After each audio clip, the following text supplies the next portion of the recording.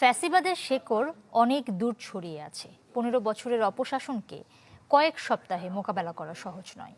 রাজধানীর গুলশানে এক অনুষ্ঠানে এমন মন্তব্য করেছেন আইন উপদেষ্টা ডক্টর আসিফ নজরুল।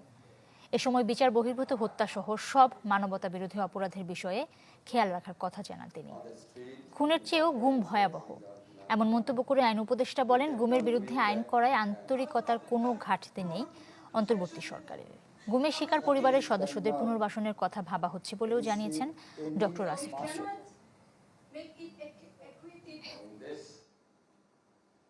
আইন করার উদ্যোগ নিব এবং এটার মধ্যে ক্ষতিপূরণ হোক, এই লিগাল যে প্রবলেমগুলো আছে, অ্যাক্সেস টু ব্যাংক অ্যাকাউন্ট আর ইনহেরিটেন্স, এগুলিকে রিজলভ করার চেষ্টা করব।